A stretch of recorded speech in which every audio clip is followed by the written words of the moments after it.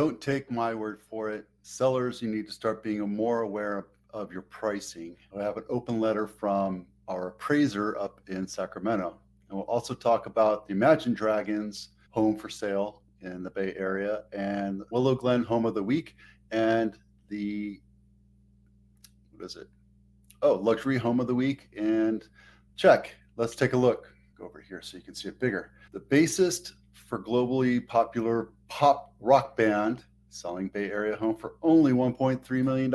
I got some news for you on that one. Imagine Dragons, I don't know if you know them, but I'm not a big fan of theirs. But I didn't even know that they were local. But that just goes to show how much I know about pop bands. Ben McKee, bassist, is selling his house for $1.3 million. Now, here's the walkthrough here. Listed for $1.3 million is 3-bedroom, 3-bath, 2,700 square feet, and it's really pretty. It's a really nice house. I wanted to show you this. I thought I had this set up so that you can look at it. So you look at all of these houses here, and some will sell for that, right?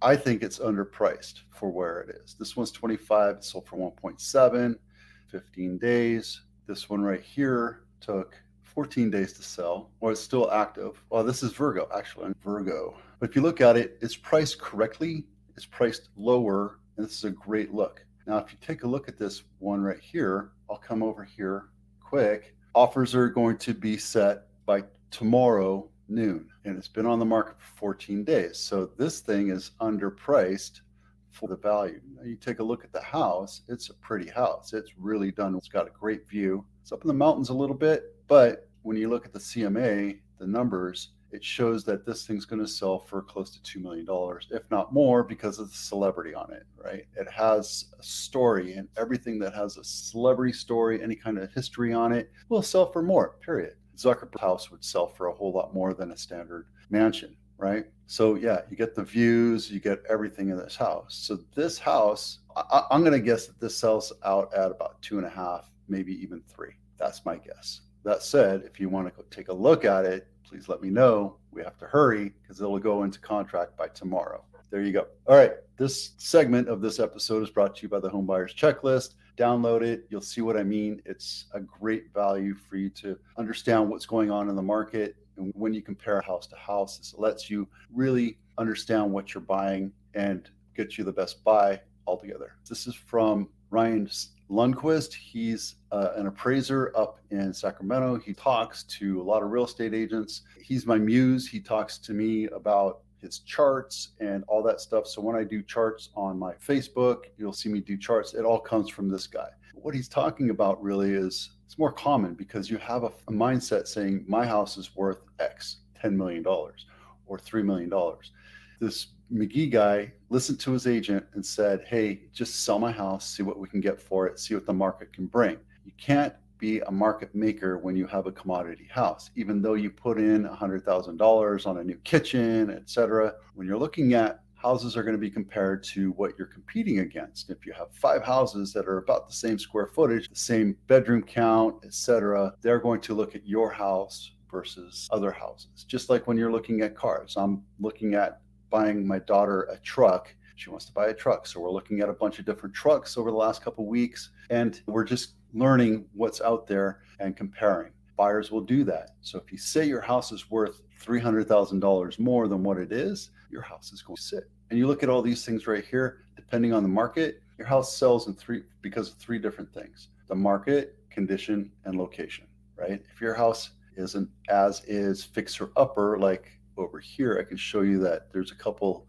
that are listed a little bit lower. Like this one right here sold for $1 million, but it says it's 100 years old, but it's not really. It's about the same square footage, but it's older, it's beat up, it's higher up in the mountains, and there's a lot more to it. So when it's on market over 40 days, then you have less negotiating room as a seller, and it sits because it's overpriced. The buyers determine the market. That's what this letter is saying, right? Now, we don't have a ton of inventory, so this is still a seller's market. We go through that every week. Understand what buyers want. That's our job. That's why you hire us. You hire us to understand, create a demographic, create that ideal seller, buyer, and market to them. and then we go and negotiate with them. That's why we do this. You also use an agent because you want to have one arm's length on the negotiating side, because you get emotionally involved in selling your house. Concessions aren't your savior. Don't say, hey, we'll just give you credit for a carpet. Put the new carpet in. Why would I do that? They're just going to tear it out. Because people don't want to buy old ratty carpets. They don't want to buy a house with an old ratty carpet. They don't want to buy a house with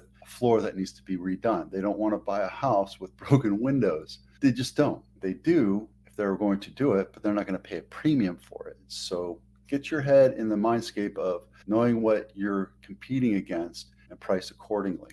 I challenge you to read this market or read this letter and comment to me. Give me an idea what your thoughts are on this. And that segment is brought to you by the Home Inspection Checklist, another free download. Just drop it down, figure it out. If you're thinking about selling in 3 or 4 years, it's good to have the mindset of getting around to it instead of rushing, trying to get everything done in 2 or 3 weeks. Then you'll be exhausted and tired, and it'll be just a horrible experience. If you know what you need to fix, this is what buyers look for, this is what inspectors will look for, and you can fix it up. And I can tell you right now, the answer is yes, you should disclose everything that you repair. Willow Glen House of the Week, Brace Ave. And the reason why I picked it is because it's walking distance to Lincoln, which is the downtown, which is the Main Street USA for Willow Glen. This is a beautiful house. It's 3-bedroom, 1.5 bath, 1,300 square feet. And guys, this is a great house for $1.5 million, right? You think, oh my God, it's so expensive, but it's not. This thing's going to sell pretty quick, honestly. I think it's going to go for a lot more. This thing is priced right for the area, for the location, and the condition, and it being a crazy market right now. This is pretty much all original, except for maybe the kitchen was updated, but the trim on it is nice. They have it downstairs, a little basement. Luxury home of the week. And the reason why I chose this is because it's on Belvedere Island in Marin County. It's actually Napa. I went sailing on Friday and we sailed all through here. We went there and then down by here and then around Alcatraz, and we sailed. I think we sailed out of Marina Plaza. Anyway, it doesn't matter, but we sailed by that, and I thought it was a really nice thing to take a look at. And this is a beautiful house, 5 bedrooms, 5 and 3 half baths, 5,300 square feet, built in 1968, and it is a stilts house. Again, take a look at it. Sure, it's not my listing. Beautiful house. And if you're interested in looking at this, let me know. The only thing I don't like is this rotunda and this aquarium down here. If you buy it, you can have it removed. Great views. That's all Sausalito. Gorgeous. Absolutely stunning house. And this is down in my blog. If you want to take a look at the blog, go right ahead. So we're selling about 300 homes a week. This last week, we had 247 put on market. We've had 4,000 homes get into contract. That means probably 4,000 have sold. And just this last week, we've had 108 go into contract. By far, Santa Clara is the fastest velocity county in the Bay Area. We've had 8.3 billion homes in volume sold. But I want to point this out. Alameda had this huge jump, 143.